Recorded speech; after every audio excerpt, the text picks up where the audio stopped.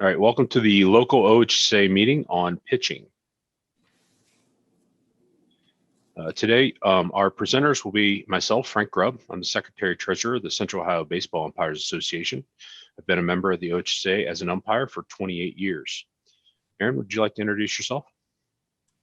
Hi, I'm Aaron Spriggs. I am the rules interpreter for Central Ohio Baseball Umpires Association, and I've been umpire for 20 years. And John? I'm John Saphire. I'm the mechanics interpreter for the Central Ohio Baseball Umpires Association, and this will be my 17th year as an OHSAA umpire.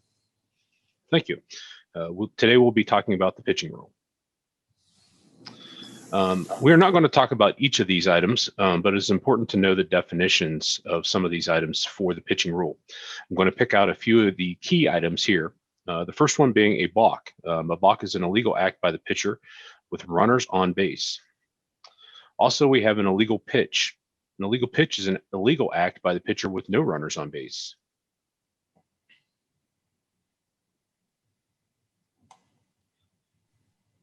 The next one we're going to talk about is time of pitch. It is critical to understand and know when the time of pitch occurs. It is when the pitcher has committed himself to delivering the pitch to the batter.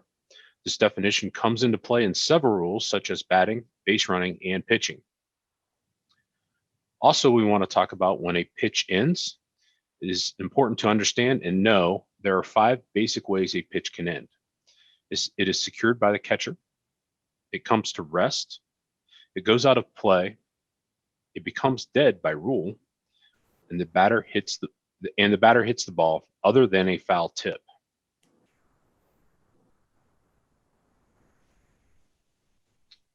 Next, we have feint. A feint is a movement which simulates the start of a pitch or a throw to a base and which is used in an attempt to deceive a runner. Not all feints are illegal. Also, we have pivot foot. It's the foot that is used to stay in contact with the pitcher's plate. A right-handed pitcher, his pivot foot is his right foot, and a left-handed pitcher, his pivot foot is his left foot. Now we're going to move on and talk about the strike zone a little bit. This is where John's going to jump in.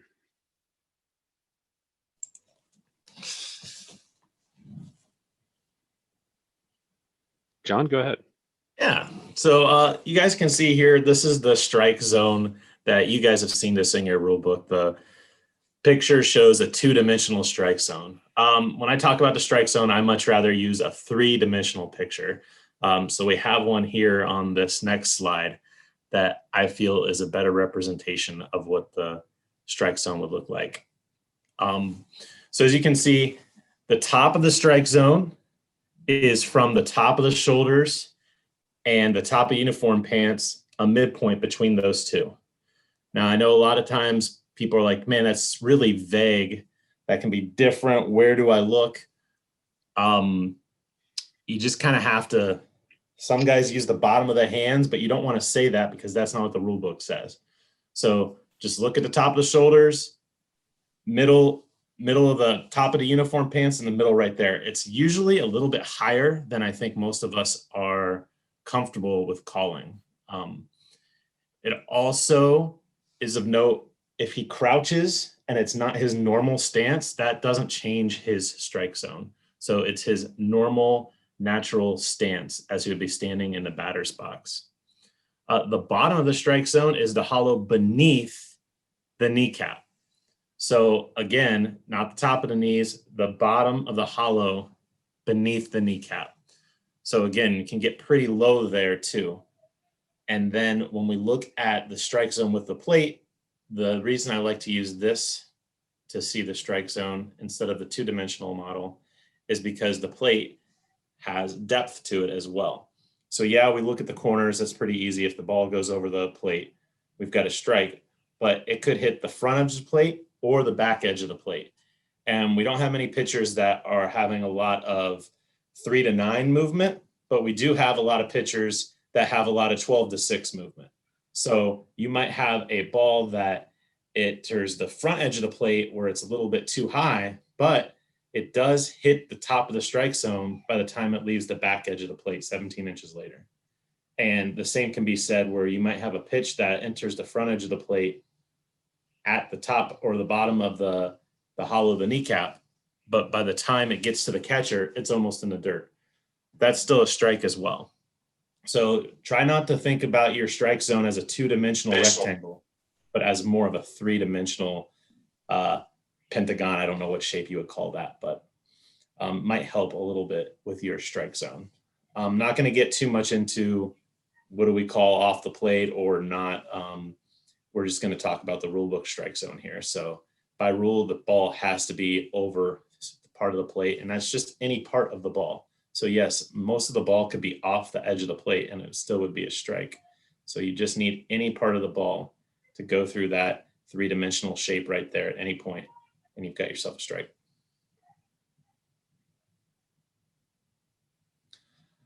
So now we're going to talk about the two pitching positions that a pitcher can legally pitch from. We've got the wind-up position and the set position. Nothing has changed in the past couple of years with these positions. Big things either way, the pitcher should take his signs from the pitcher's plate. Obviously, we've seen some pitchers now where they're not even taking signs from catchers anymore. They might have some sort of band or they get signs from their coach. That's okay. They just need to at least then simulate some sort of time where they would take the sign and not just step right on the pitcher's plate and fire a pitch. That's what we don't want to see. So don't go trying to be MacGyver or whatever, trying to figure out if he's taking his signs from the plate or not. Just make sure that he's not just stepping on that pitcher's plate and firing it in there and then it's catching everyone off guard. If that's not happening, then it's not something you really need to worry about.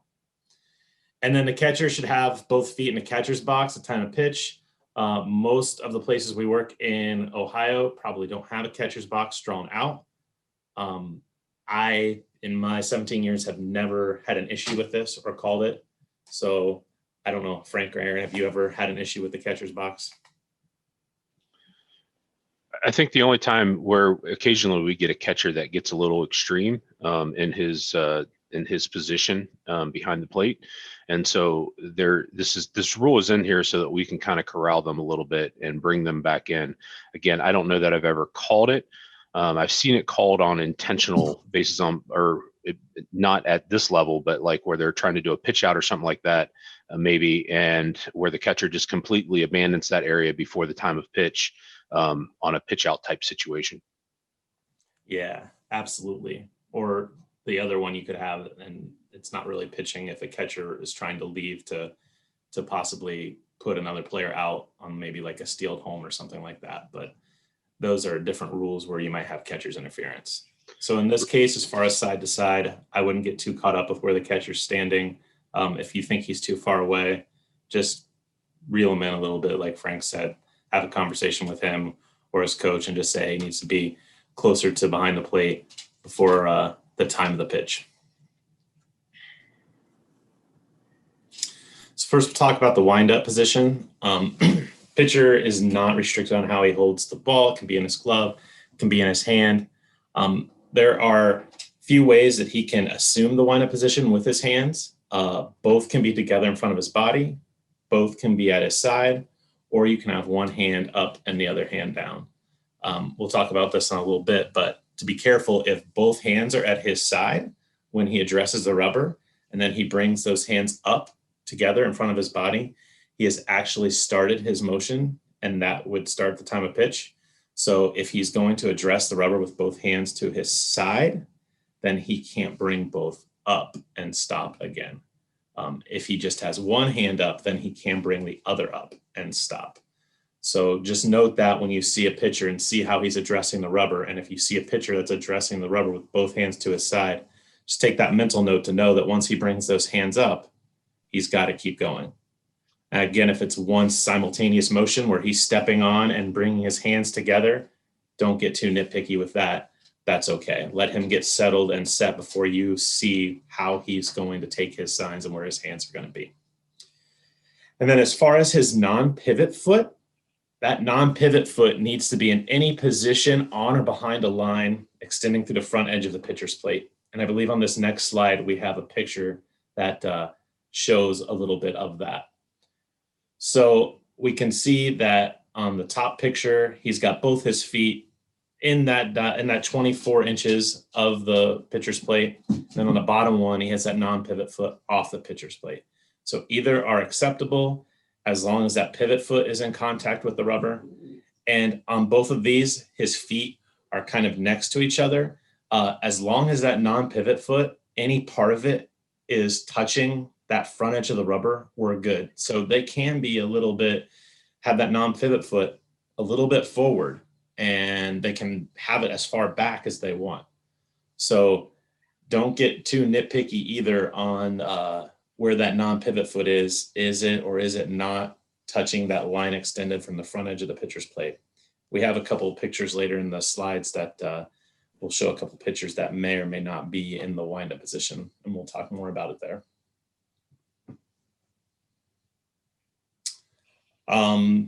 As I said before, with the windup, it can be outside that 24 inches as long as it's touching, or the pivot foot, as long as it's touching part of the pitcher's plate. So again, you're not going to get nitpicky there. Pitchers by rule are limited to 2 pumps or rotations. We rarely see that, but it's just good to know that that is a rule, that he can have 2 pumps. The pitcher may only deliver a pitch or step back with his pivot foot in the windup position. That is important to note. In other rule sets, pitchers are allowed to directly step to a base for a pickoff from the windup position. That is not allowed in the NFHS rules. So you can only step back with your pivot foot or deliver a pitch. And we will see a video of 2 of the videos that kind of show that as well. During the delivery with that non-pivot foot, it doesn't necessarily have to go straight back. You can do a step forward or a step to the side. But so when you see that non-pivot foot, but when you lift that non-pivot foot up, that's what starts the time of pitch. You're going to allow them adjust their cap, shake off a signal with their glove or head, those things. So, you know, if he's standing there and he does one of these or makes an adjustment, we're not going to get nitpicky there. The rule book actually talks about that. Those things are okay. And if any of these things are violated, if we do have a runner on, we would have a balk. But if we don't have a runner on, we still have an illegal pitch, and that would add 1 ball to the count. Oops. So we got ready? I'm ready. Yeah. We got our first video here. Working from the full windup. The first way through, we don't get to see exactly what was called here. We see our home plate umpire coming out, calling our balk. I love how he's all of a sudden in the middle of the infield this season, making his presence shown, not just staying behind the plate.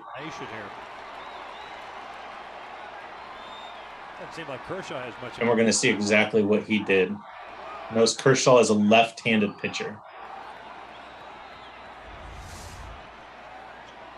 And as Kershaw steps off, he steps off with his right foot, which is his non-pivot foot.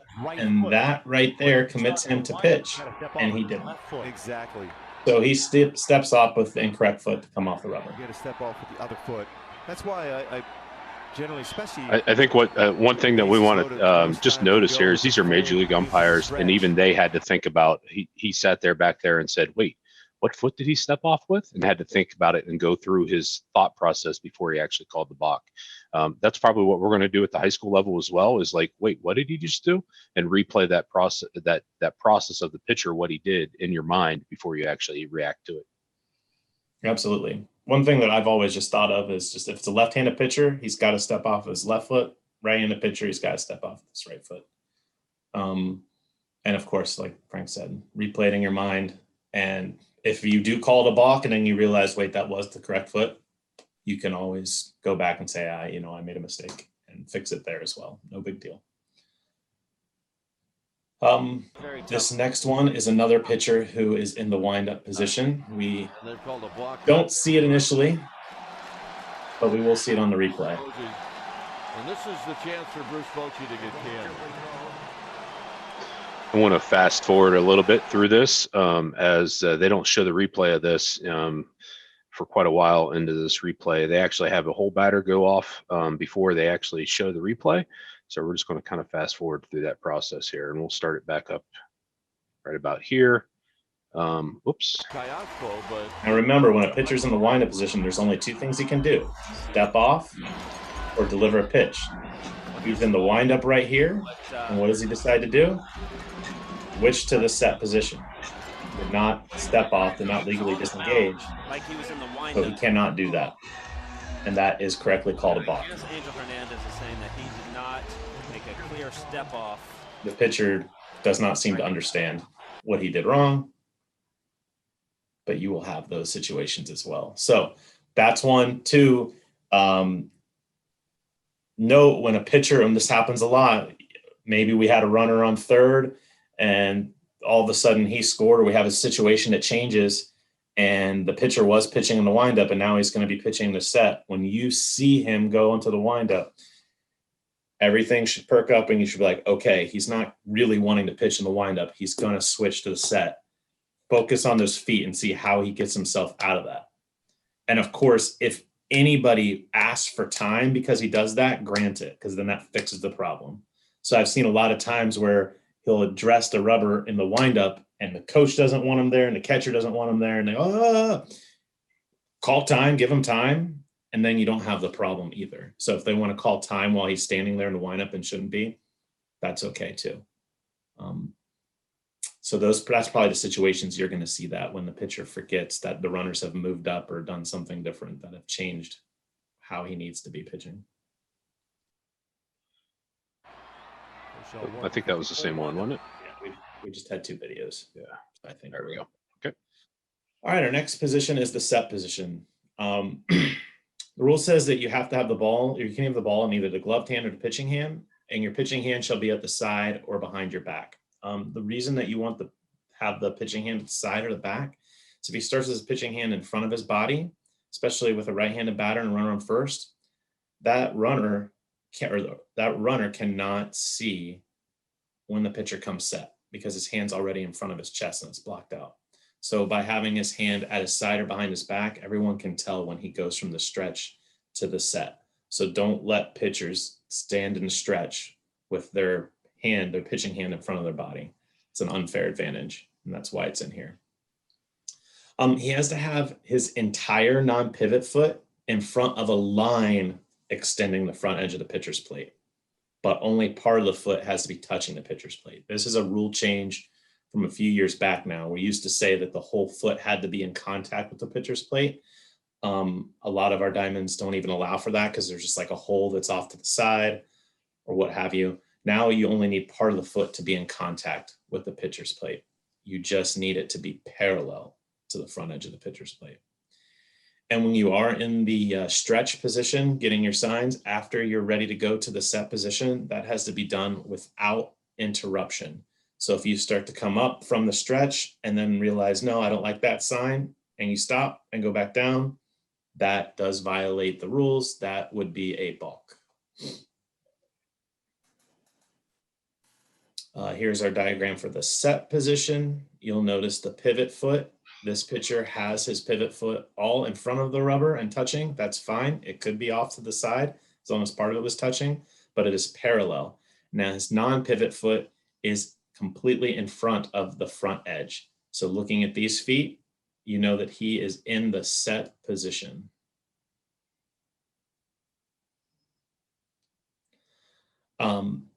When you are in the set position, when you come from the stretch to get set, you need to come to a complete and discernible stop.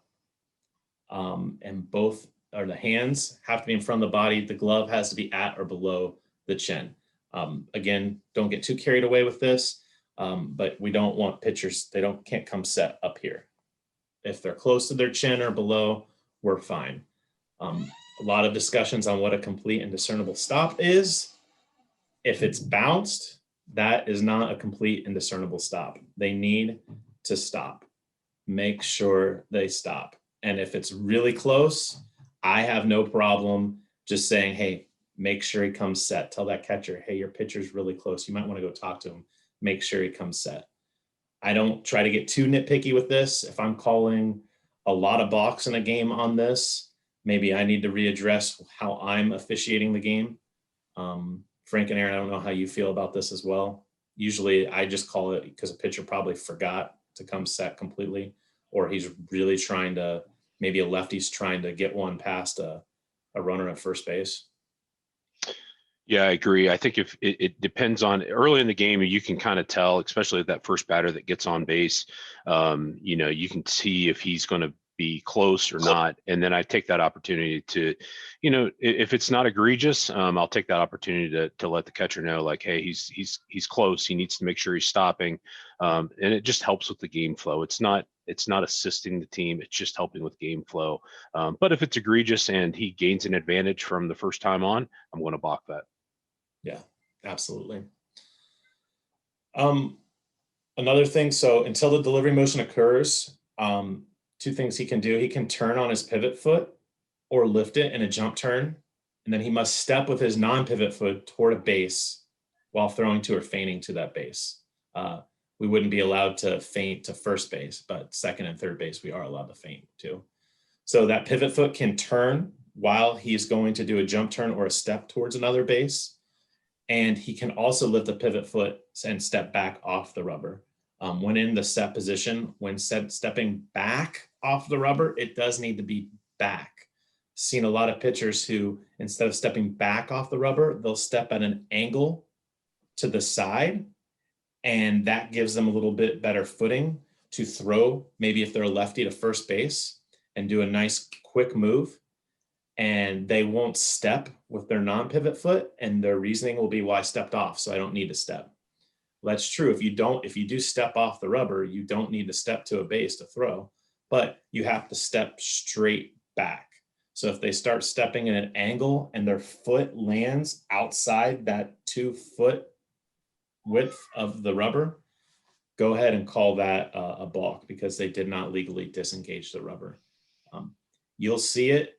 And especially if you know that that's exactly what the pitcher's trying to do, go ahead and get that one, because that is completely unfair and not legal. And again, any penalties for the set position or the windup position are a balk. And if nobody is on, you still want to call an illegal pitch and call the pitch a ball. It's got a couple pictures here. This first one is question, is he in the hybrid set position, wind-up position? From our angle, can't be too sure. And this would probably be kind of a look that the plate umpire would have as well. It sure doesn't look like his pivot foot is parallel. So I don't think that he could qualify for the set position. So now we got to decide if his non-pivot foot is touching that front edge of the rubber, that line extended. It's really tough to tell here. So if I'm the umpire here, one thing I know is he's not really facing the batter. And one thing says that he has to face the batter. So I'm going to try to clean this up a little bit. I might not directly say, hey, this is a hybrid, this is a balk, but it might be. But I am going to say, hey, that pitcher looks like he's pretty close. He needs to definitely have that non-pivot foot on a line extending from that front edge outward. So maybe something that you could even clean up in warmups. If I saw this during warmups, I would probably say something to the coach and say, hey, this looks like it might not be a legal pitching position. And we have one more picture.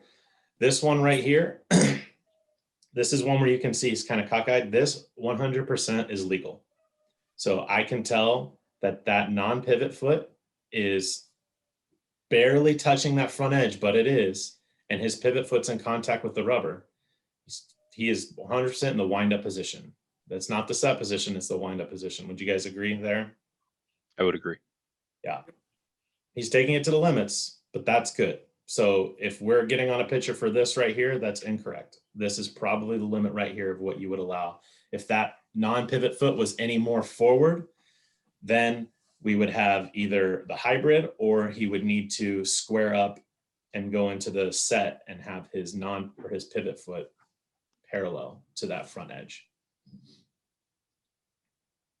And then I'll throw it off to Aaron to talk more about the time of pitch. All right, guys, we're going to talk about time of pitch now. For when the windup position, Frank and John both kind of talked a little bit about this, but when both hands are already in front of your body, okay, together in front of your body, then any movement of any of the hands or the leg, that now starts the time of pitch for the windup. Okay, now we also have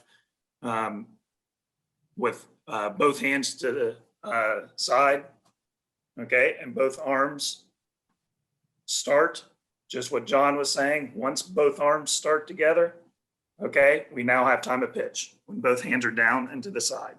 All right. And then the other one is the single hand up or down. Okay. This is the only time we're going to allow one hand, the hand that is down, to come up to either adjust the ball or, get a good grip on the ball or do something crazy with the ball there and bring both hands together. Okay. That is fine. That is still not time of pitch. Okay. Now, since both hands are now together, now once we start with any leg or arm movement, now we have time of pitch for the windup. Okay. So you've got those three scenarios.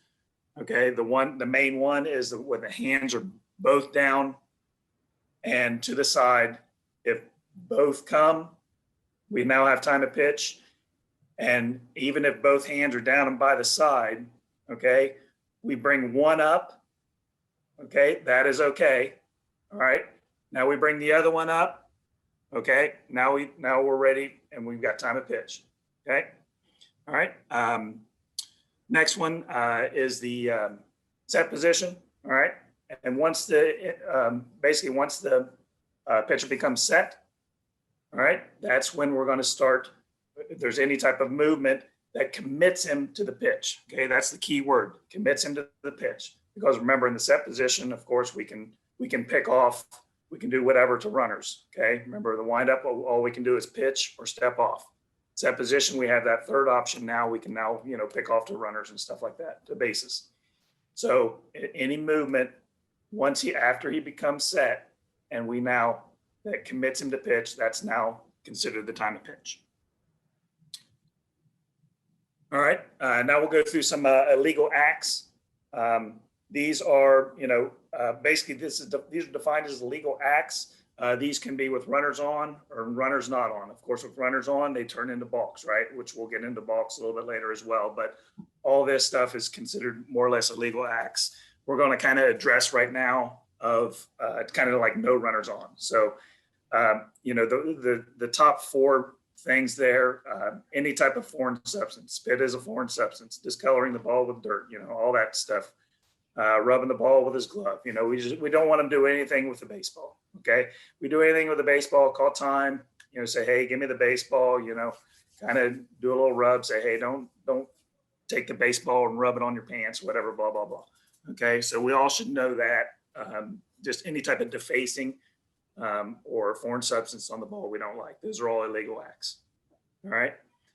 Bringing hand in contact with the mount without distinctly wiping off with the pitching hand before it touches the ball. Okay, that is an illegal act. Okay, now you can go to the mouth and wipe off and then go into the glove. But if you go to the mouth and then right into the glove to the ball, then that is an illegal act. All right, so just the little note there, be careful because the pitchers do blow on their hands when it's cold weather out here. We are in Ohio, so we are going to get that. So they are going to blow on their hands. If they blow on their hands and then they go directly into the glove, we're not going to nitpick that. Okay, I'm fine with that. That's just something we're just not going to worry about. All right. Off the pitching plate, they may request a new ball for, once they do lick their fingers and then they realize they haven't wiped off, they can, we can call time, say, hey, hold on, and then we do go in there. We can, he does come in there and touch the ball. That's when we want to get in there and say, hey, time, let's just get a new ball. You're just going to have him throw it in, throw it out a new ball and everything like that. If off the pitcher's plate and the pitcher subsequently steps off the pitching plate, the ball shall be awarded to the batter. So this is the pitcher licks his hand and then goes to the glove without wiping off, and then he steps on the rubber, okay, without wiping off. Okay, so this is one of the weird scenarios where no matter what, If there's a runners on or there's no runners on, a ball will be awarded to the batter. Okay, this is licking your hands and then stepping on the rubber, okay, without wiping off. Okay, we actually have, I think the next slide might be some, is that the pictures? We'll go to the next slide. Okay, maybe not. All right, Yeah. go one more. Yeah, let's do this. We'll go back to the other slide. So right here, this is the way you can do it. So he licks his hand on the first slide. The second one, he wipes off, and now he steps on. That's perfectly legal. Okay. The part that we were just talking about is if you do the, go back to the last slide. If you do the first slide and then the third slide without doing the second slide. So if you do the first slide, you lick your hands, and then you step on the rubber. That's the one scenario where we're going to award a ball to the batter. And no matter whether runners are on or not runners are on. Okay, so that is an illegal act, but that is the only time with runners on we're actually going to allow just put a ball on the batter. All right, go ahead and go back to the. Do you want to talk about this one? Oh yeah, and then of course anything while the pitcher is on the rubber, he goes to his mouth. That's of course an illegal act, and that's the same. Runners on, balk. No runners on, illegal pitch, ball to the batter. All right, go back, which is right here. Going to the mouth while he's actually on the pitcher's plate. All right, that's what that last diagram depicted. All right, some more illegal acts are quick return pitches. Everybody knows what that is, just catching the batter off balance. Don't allow them to do that. Okay, we're going to stop that. And then these are delay games. These are all illegal acts. Throwing to another player, other than catcher when the batter's ready to go, unless it's an attempt, of course, to retire a runner, a pick-off move, right? The penalty is, kind of crazy, ejection after warning. But I mean, how often do we see this type of delay game? You're probably never going to see this type of delay game. But it just make sure you're aware of, what it is, and it does have a harsh penalty to it. Consuming time as a result of coaching conferences. So, that's a normal delay game. We don't see that a lot either.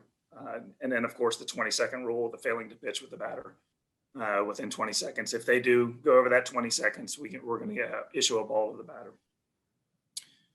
All right. And then we'll go past these diagrams. Next, we're going to talk about the pitches, number of pitches for the pitchers. Starting pitcher, of course, to start the game up, he gets 8 throws. All right. And that's time from when he first throws his first pitch. Okay. This is just the first inning, both starting pitchers. All right. Any type of relief pitcher that comes in, we're also going to give them 8 pitches. Right. Pretty easy. And it doesn't matter. It doesn't matter if that relief pitcher that comes in has already pitched in the game before. Just because he's already pitched in the first inning or whatever, and he comes back in the third inning, something like that, to pitch, we're still going to give him 8 warm-up pitches. All right. We're not going to say, no, you've already pitched. You only get 5.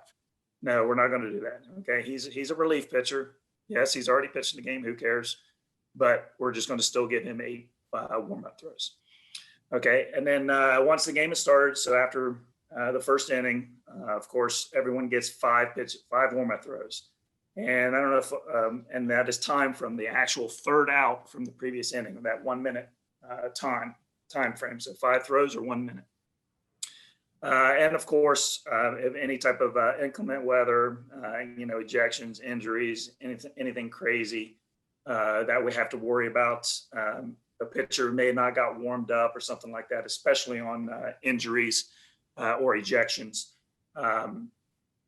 We need to make sure that we have let that pitcher have time to warm up and stuff like that. So there he could get more subsequent throws and everything like that. Now, of course, if that happens, if there is more subsequent throws, he needs 20 pitches to warm up or whatever, then whoever he replaced is no longer allowed to pitch in the game, which is probably okay because it was probably going to be because of an ejection or an injury or something like that. So he probably wasn't going to be coming back to pitch anyway. But just so you know, if you do go over that 8, whoever he replaced cannot return to pitch. All right. This is intentionally pitching close to a batter. You know, hopefully we've all seen this or not seen this or can handle this. I mean, it's if you deem this intentional, absolutely, we're going to get an ejection. We don't need to eject the pitcher and the coach and, you know, everything. If we believe that the coach was part of it, absolutely, you know, you can go ahead and get the coach. But if you just believe it was absolutely 100% intentional by the pitcher, you know, we need to eject that pitcher. If you're in doubt, of course, now we can warn the pitcher. Okay, kind of give him a little warning. You know, maybe go talk to the coach. Say, hey, I don't know what's going on here. You know, we've got this team versus this team A versus team B, and you know, they got a little history and everything like that. So you know, we need to worry about that. Of course, it right there says warning is not mandatory, and coach is not warned. You know, can be warned or cannot be warned. You know, we can absolutely do whatever we want there with the coach if we believe he was part of it or not part of it. Knowing the game situation, of course, like I said, if you know these two teams have history or not have history, then we're going to absolutely pay attention to whatever is going on there with that. Okay. These are more infractions here. These are more or less all the kind of more or less uniform infractions right here. So exposed undershirt sleeves that are gray or white below the elbow. Okay, so basically to kind of simplify it, the pitcher, anything below the elbow cannot be white or gray and can only be, you can see, or the next line, or no, I'm sorry, it's in the next slide, I believe, but it's, if anything below the elbow can only be dark colors or black. Okay, anything above the elbow, we don't, it could be white or gray. Okay, as long as it's not exposed under the shirt. Okay, so even that little tick, you know, under the shirt, it can't be white or gray. Okay, so basically above the elbow, we really don't really care. Below the elbow is where we start caring about dark colors or black. Okay, this is for a pitcher, remember. Okay. Putting, of course, the gloves, white or gray, anything on the gloves. White or gray, we need to nip that in the bud, just have them get another glove. Wearing, placing anything on the pitching hand. Okay, foreign materials, tapes, bandages, anything like that for the pitching hand that will come in contact with the ball. We do not want that. Okay, another, you know, preventive umpiring thing, just you see him in warm-ups, we see him in warm-ups going and just nip it in the bud and say, hey, I don't think you can wear that today. So then this is the compression sleeves. The compression sleeves are exactly like the extended sleeves or long sleeve shirt or something like that. Okay, so same thing. If it's past the elbow, it's got to be solid black or dark color. All right. Other than that, wearing any item in the hand or wrist, you know, all the wrist bracelets and all that crap, you know, we don't want any of that stuff. And that little note down at the bottom there, as far as anything distracting, you know, it's up to the UIC, you know, what you think is distracting. You know, I've seen guys come in and have sunglasses on top of their hat or something like that have a mirrored finish to them or something like that. You know, just, you know, have him take those off, you know, just because that may be a little distracting depending on during his warm up, you know, when that sun hits it, could be distracting to the batter. Just little things like that, you know, anything you see like that or anything that the batter may bring up to you, you know, take a look at it, see if it's distracting. If you deem it as distracting, have him remove it or get rid of it. All right. Next, this is just another slide with medical sleeves, but they can't extend below. You know, they can extend below. They just need to be that solid black color or dark color. All right. All right, next. All right, balks. Now we'll get into some balks with runners on base. So any type of feint towards first base, right? So now basically all these balks now that we're going to start talking about are pretty much exactly like the illegal acts that we had just talked about. But now balks, of course, are with runners on base. Okay, so dropping of the ball is also a balk, even if accidental, right? Now in high school, we do have that crazy thing. If they do drop the ball and it rolls and it goes past the foul line, then we call it a pitch, right? So I hope you're not going to call that a strike, but you know, maybe you will, maybe you won't. But that should be a ball, and that one actually won't be a ball. Now I don't think I've ever seen that, and it's got to be, you know, a pretty good little kick off the mound or off a rock or something like that in order for it to roll that far. So, but 99.9% of the time, if they drop that ball, it's going to just be your balk there with runners on. Failing to pitch to the batter in continuous motion immediately after any movement of any part of the body, used habitually in his delivery, right? So we got a little video of this in the next slide here. All right, so this is showing continuous motion. This is kind of a video that is a talking point, okay? So let's go ahead and replay that a couple times. If we could, we'll replay it one more time here. All right, pitcher's coming set here. And does he hang that leg up there or does he not?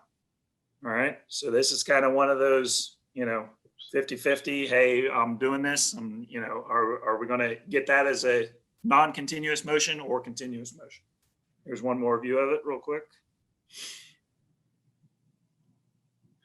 So this is what we don't want. We don't want a pause up there. Okay, you'll see that a lot. You know, the old Johnny Cueto, you know, goes in there and does his thing, but you know, usually he's shaking his body. You know, if they go and do that stuff, that's fine as long as any part of their body is still continuously moving. You know, it's just once they pause, if they pause anywhere in that delivery, all right, that's now considered a balk.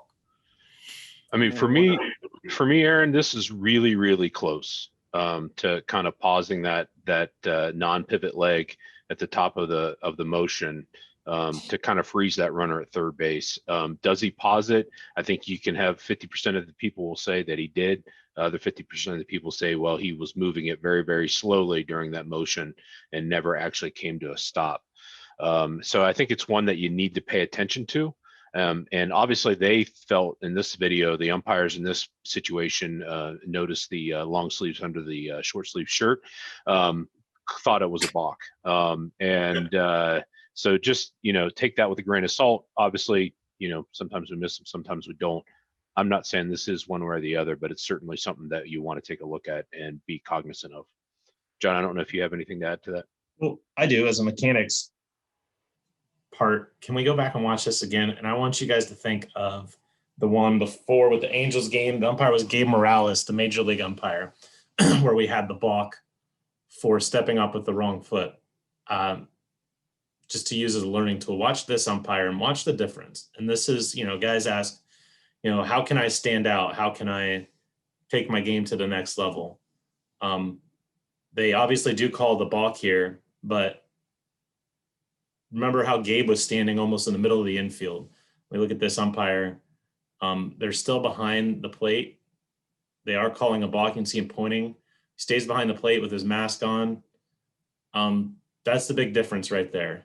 So if you guys and ladies are looking to take your game to the next level, there's an example right there of when you do have that situation.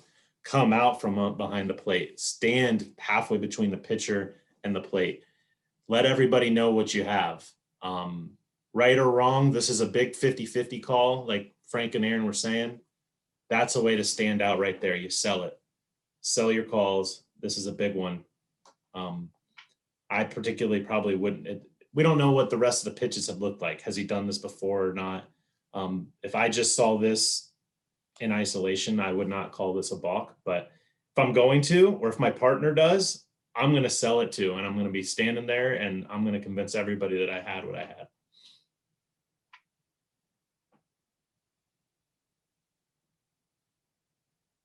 All right, and continuing with balks, these are all, again, illegal pitches from any position. So these are now turned into balks with runners on. So it's a lot of these are the same as the previous illegal pitches. But again, we talked about taking signs in contact with the rubber, and John talked about turning your shoulder while set in the stretch position.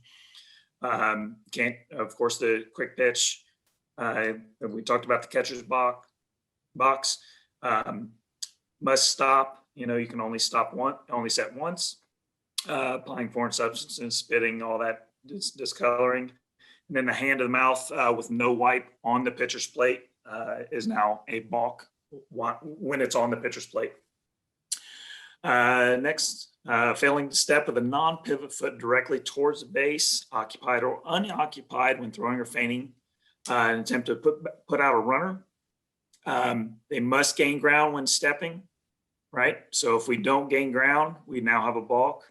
The third to first move is legal in National Federation, so we are good with that. The thing is, if they do that, they need to make sure they step towards third. They can either keep engaged with the rubber or disengage with the rubber when turning to first. There's only two things wrong with that, or two things that go with that, is if they stay engaged with the rubber, they step towards third, stay engaged with the rubber, spin to first, and then fake a throw, that now turns into a balk. All right. If they step to third, disengage, and now fake a throw to first, now that's legal. All right. So there is a little bit of difference on that third to first move on whether they stay engaged with the rubber or they disengage. So just keep that in mind. Throwing or feinting to an unoccupied base when it's not an attempt to put out or drive back a runner. Right. We all should know that, the unoccupied. Now don't mix that up with a runner is stealing or something like that, and the pitcher has just started his movement or something like that, and he's able to, you don't see it very often, he's able to turn, say there's a runner on first, and it's a right-handed pitcher, he just slowly brings his leg up, he sees that runner from behind him go, he now turns towards second, steps towards second, and throws towards second to get the runner out. I mean, that is a legal move. It's extremely hard move to do, to stop in kind of basically your middle of your delivery, as long as he hasn't committed himself to pitch. But he is not throwing to an unoccupied base. He is throwing it to an unoccupied base, but it is an attempt to put out or drive back a runner. Okay, so that would not be a ball. That's just kind of some examples of that. All right. Here's some videos. 15 homers. Quick move to first, runner back. Okay. What did you guys see here? Did you guys see anything? The move was too quick. Did he step towards first? I don't know if they're going to show a replay or if we need to rewind. Oh, hold on a second. Sorry. 15 homers. Quick move to first, runner back.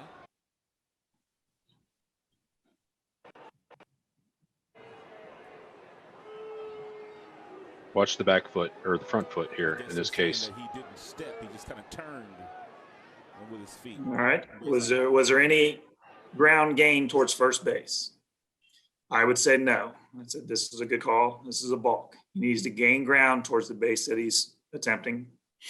I think the key here on this one is look at the front heel. Look where the heel starts and where it ends up. The heel is basically in the same position in this case. So gaining ground in this case, he really gained ground by the width of his foot, but by the spirit of the rule, he did not make a step towards first base. And with his feet, second base umpire called it. Antoine Yep, says if he just I turns agree. and bends on that heel, and you're not going to allow them just to turn and spin on that front non-pivot Let thing. me call for a couple of balks. Yep, I agree. All right. You see me consistently This next one. away from Worth. Give him right center field. And you know what? Oh, they call the balk. Why? Because it's a great move. All right. So you can't see a very good. There's a really good angle of this from the third base side. Stepping up on the first two. But so we'll wait till we see that. Ignore the commentary from the Like I said this many times, because it's a great from the rule, it doesn't make commentators play on this. They're leg ever up. knowing baseball knowledge. Why?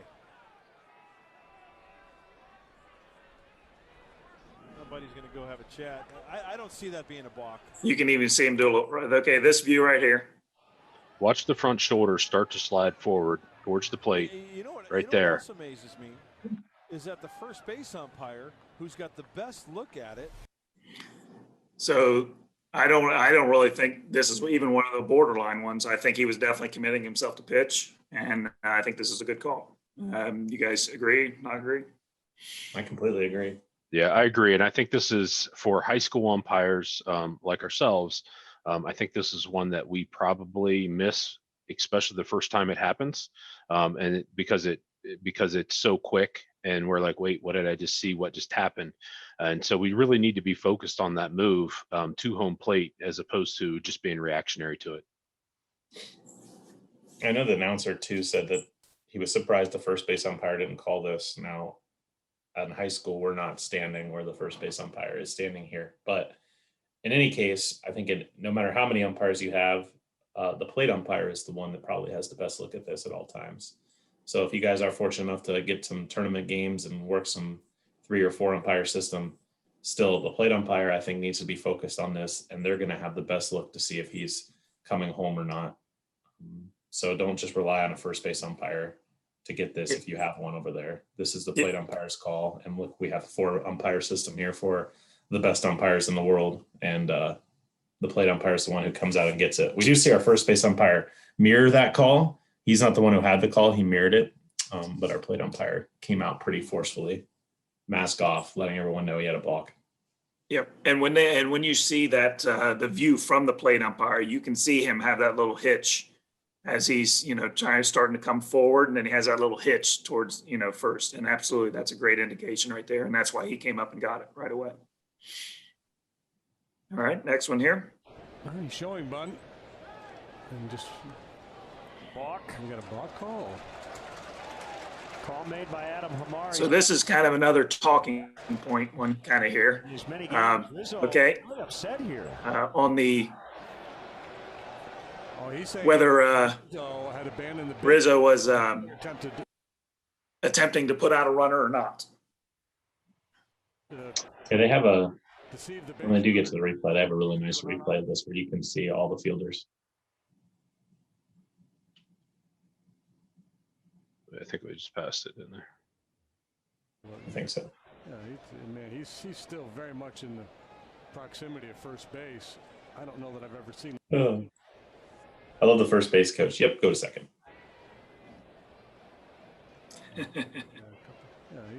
He's still very much in the. Now in high school level, I think we're going to give him the benefit of the doubt on this one. This one we're going to absolutely probably just let them. They look like they were making an attempt and everything like that. Professional level, of course, is a little bit different. But as far as don't extremely nitpick this rule right here as far as the unoccupied base or making an attempt on a play and stuff like that. If he's doing any type of that first baseman's playing off the bag, and then all of a sudden that pitcher forgets that he's playing off the bag and he does a little spin and turn, and you see that first baseman coming anywhere towards first base, absolutely, we're going to give him a little bit of leeway there as far as in National Federation, at least in my opinion. I you agree. guys agree with that? Yeah, I agree, Aaron. And I was early in my career, I had a play that was similar that I'll be honest that I butchered the heck out of, where we had a first baseman playing up in front of the bag into the grass, and the pitcher turned and threw it directly to him, and he was making no attempt to go back to the bag. I should have balked that. I did not in my youth of not being 100% sure of the rule. So this play brings back that situation and the subsequent argument that I had with the head coach that day. So he was right, I was wrong, and it's a situation where you just need to be knowledgeable of the rule situation. Yeah, remember too that this is because it's at first base, so we aren't allowed to fake a throw to first base. If this were to happen at second or third base, say you step to second and threw the ball to the shortstop because no one was covering, That's perfectly legal. You step towards second base. That's all you needed to do. Same thing with third base. As long as you step to third base, that's all you need to do. First base is a little bit different. You can't fake the first. So can't just step to first base. You have to actually throw to first base. So this one we look back to, it's questionable also if he did throw the ball directly to first. So had Rizzo not been standing there, would the ball have gone over the first base bag? If that's the case, then you also do not have a balk because he was throwing it to first base. But if he's throwing it away from first base to a first baseman who is in no way trying to make a play on the runner at first base, that's the only time where you would have this. So you got to be 100% sure. It sounds like the situation Frank said he had, looking back on it, that's exactly what he had, 100% sure that it was to a first baseman not playing on the bag at all. Go ahead and get that one. And again, it might be one that you have to think about for a second or two, but then you go ahead and get. Okay, this next slide, we're going to demonstrate, we're going to look at his front leg. I think the question is, was that step from the pitcher towards home plate or towards third in his attempt to pick off the runner at third? Obviously, this home plate umpire felt that it was a balk. And here we're going to take another good look at it here in just a second.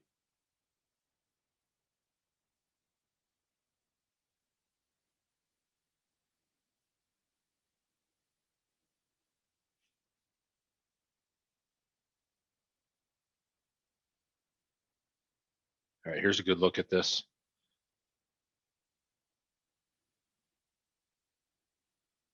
I think right there we can take a good look at that front foot and where it comes down, right? It's hard to see because the runner is blocking the pitcher here, but I think you could argue that that step is definitely towards home and not towards third base. Here they're going to give us another look at the overhead on it.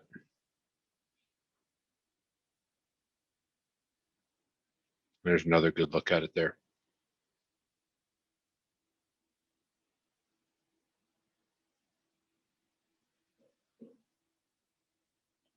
I think in this case, it definitely appears to be a balk from the videos that we can see on this.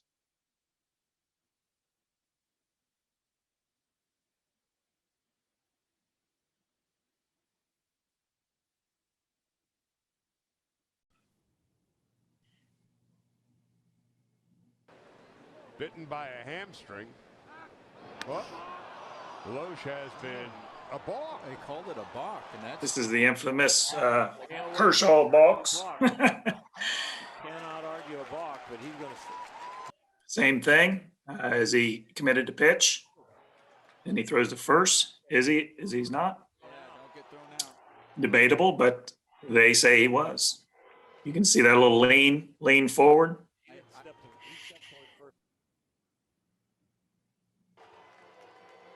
That's not a balk. He stepped towards first base. I've seen an awful lot worse. This one's probably a little closer than all of them.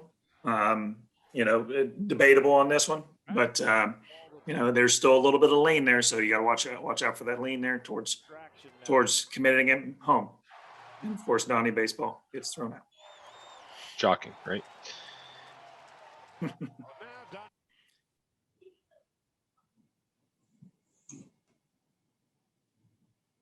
really All like right. this. John, you want to talk about this one? Yeah, I like this video just because it was caught behind the net. So you can use the net as like a grid.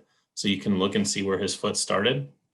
You look at that front foot, and you would need it to come in a completely different spot, but you notice that half of his foot ends up back where it was.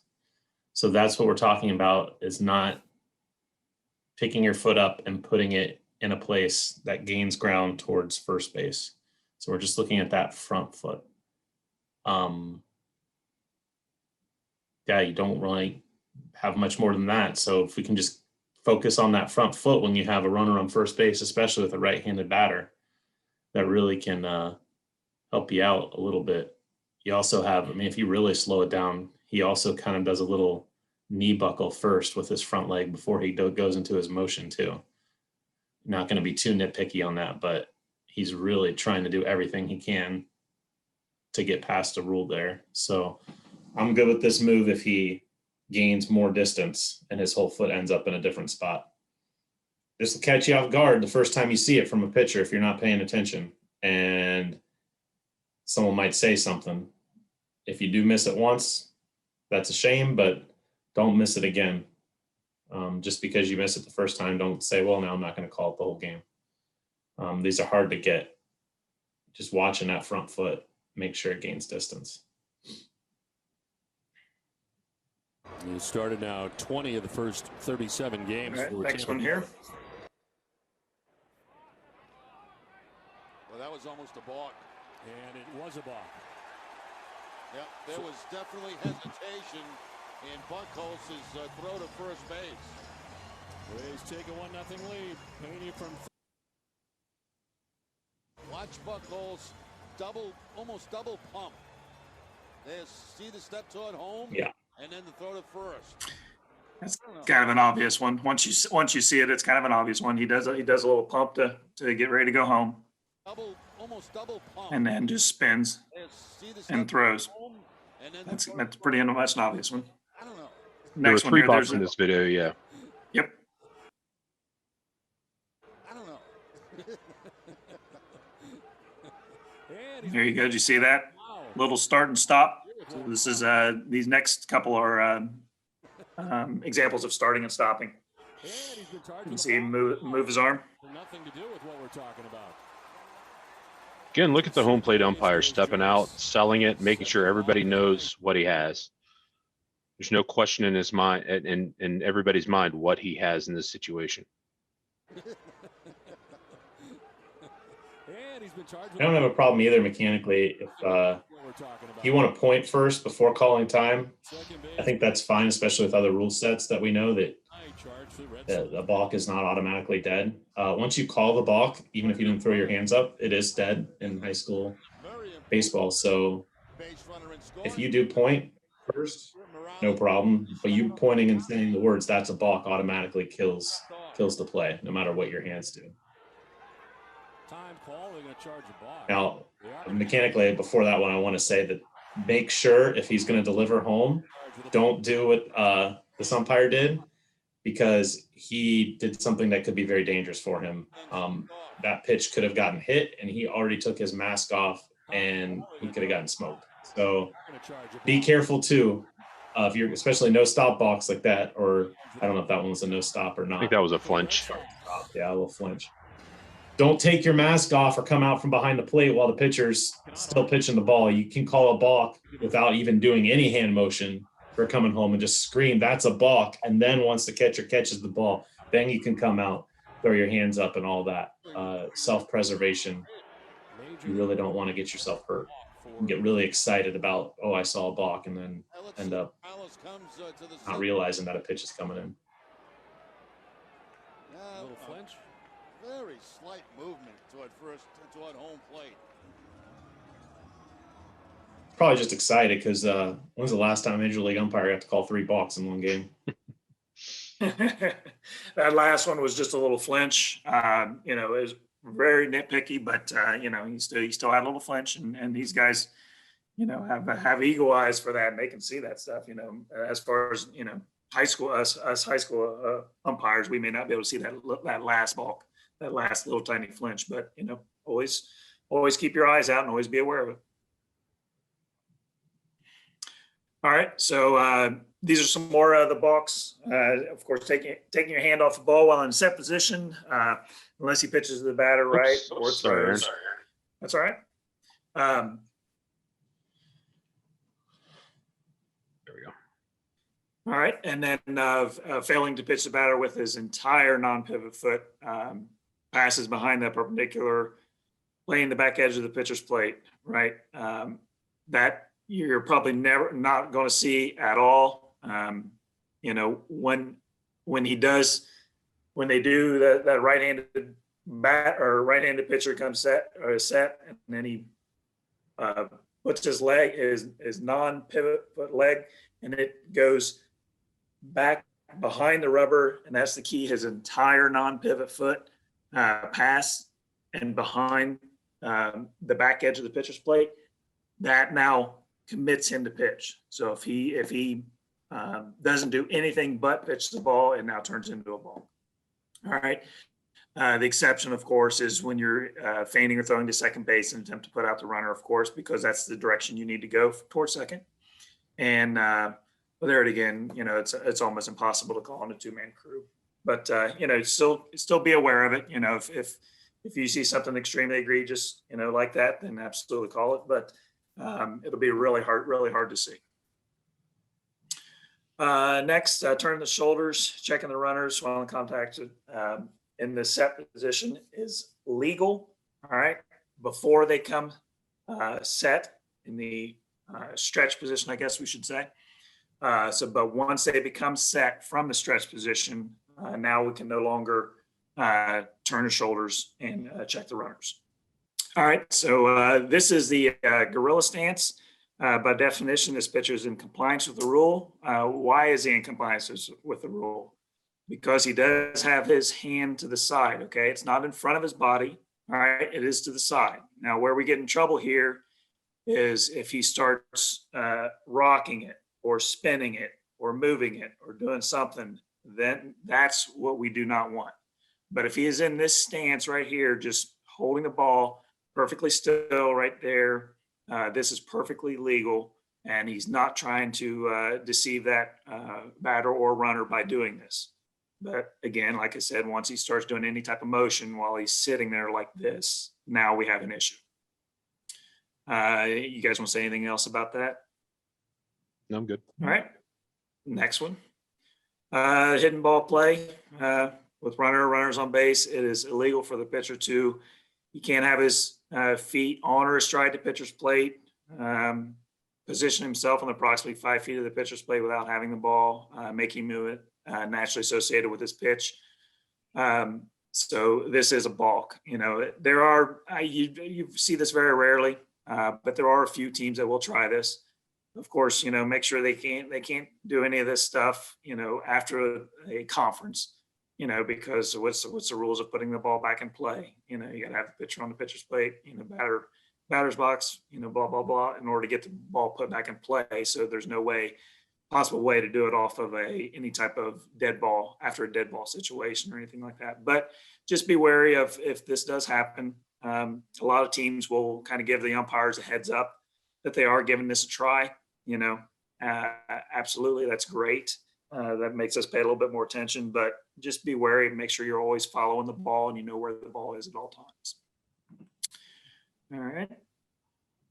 All right, so I'm going to jump back in here, and we're going to talk a little bit about some notes and tips as it relates to the pitching rule. So the first one here is the pitcher does not have to step off to throw to a base. I think that's a little misnomer that maybe some people misunderstand. He can go to his mouth and on the dirt portion of the mound, just not while he was on the pitcher's plate. And I think people get this confused with what used to be the major league rule. I'm not sure if it's still the major league rule or not, but it's different in the high school code. The pitcher does not have to use the same pickoff move or same delivery throughout the game. He can change it up.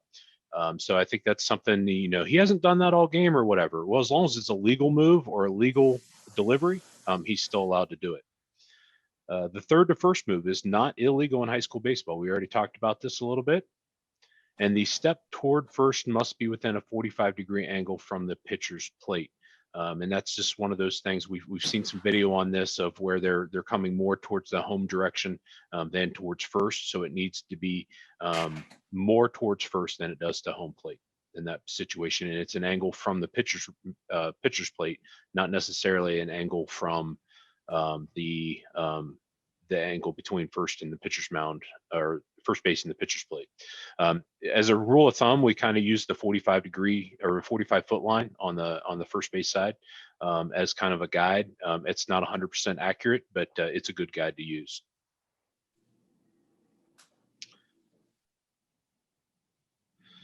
If the pitcher stops or hesitates in the delivery because the batter steps out of the box with one or both feet or by holding up his hand to request time, this is not a balk. There's no penalty to the pitcher and none to the batter unless it was a violation of the batter's box rule. Consider this a do-over in your approach, and if you get in that situation where, just throw up your hands and say time, and just get everybody reset and then put the ball back in play in this situation. If the pitcher legally delivers the ball, it shall be called a strike, no matter if it crosses the plate and the ball stays alive. 2 strikes could be called if it's also a violation of the batter's box rule.